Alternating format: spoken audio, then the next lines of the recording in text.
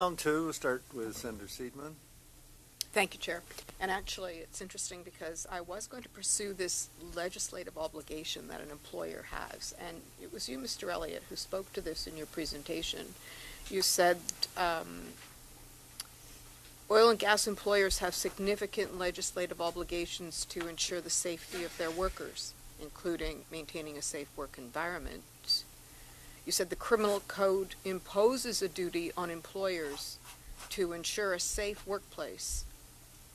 And then you go on to say that you're worried that those obligations are going to become more difficult to fulfill with legalization of recreational marijuana.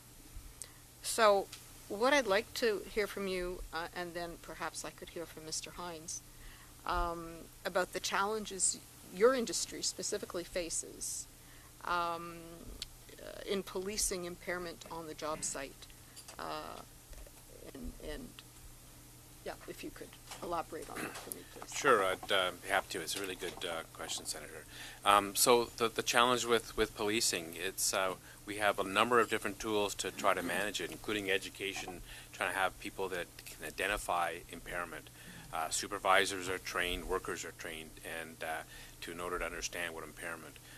We then have a background of tools in the model that we have that everyone can put in place that include pre-employment testing, for cause testing, post-incident testing, and our model has random testing in it, and that's with a broad collaboration, including labor as part of it. Now it's up to each employer when they decide to use those things, but just out in the field, it's about awareness of people. It's about actually testing. Well, we know the science isn't perfect on testing. You need to go in with a risk basis on this. You need to have some criteria. And so the criteria are laid out in the model we have for every substance, whether it's legal or illegal, based on a risk basis to say that this is above this level, there's a high risk, there's high potential that this person is impaired. So the science is never going to be perfect on this, not for a long, long time. Even alcohol, after all these years, it's not a perfect test, but it's a reasonable probability that above this level someone's impaired. And so those are the kind of tools that we have. We do everything, like we ban alcohol or any drugs of any kind, illegal ones, on all of our work sites. We do everything down to using drug dogs to ensure that vehicles and equipment brought into sites aren't bringing in illicit substances. So there's a lot of energy put into this to try to make sure that we're protecting people and the public from the risk.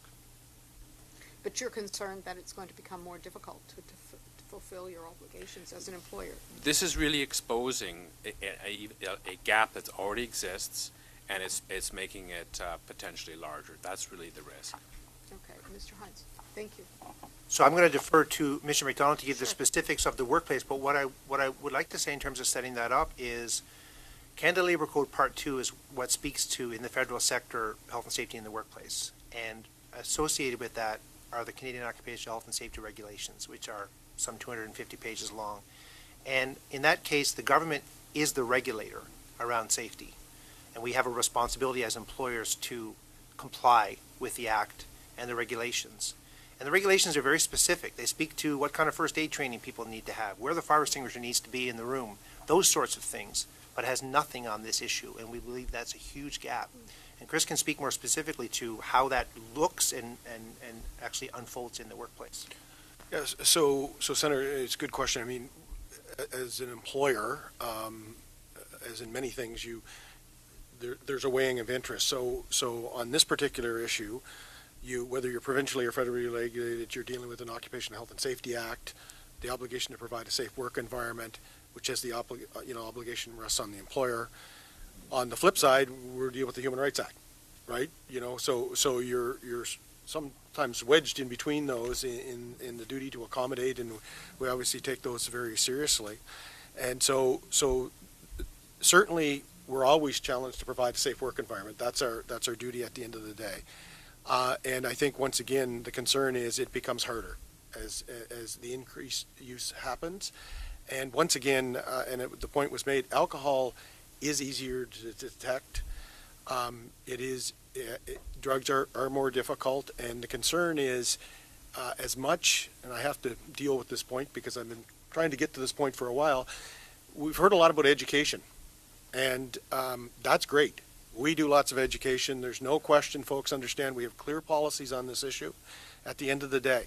But if education was the be-all, end-all, then why did 43 pilots in India test positive on random alcohol tests? Why did 10 in the United States test positive? There are people, as much as they're educated, are not going to abide by the rules. It's that simple. So what this does, it puts a check and balance in place. I have to disagree with Mr. Moore that okay, more education. We agree with more education, but it's a suite. We ask people to voluntarily come forward. We give them opportunities for educations. It could be a confidential assessment. We do all of that stuff, but things still happen. And there should be zero results if education was the be-all and end-all. It's not. And that's why we need testing.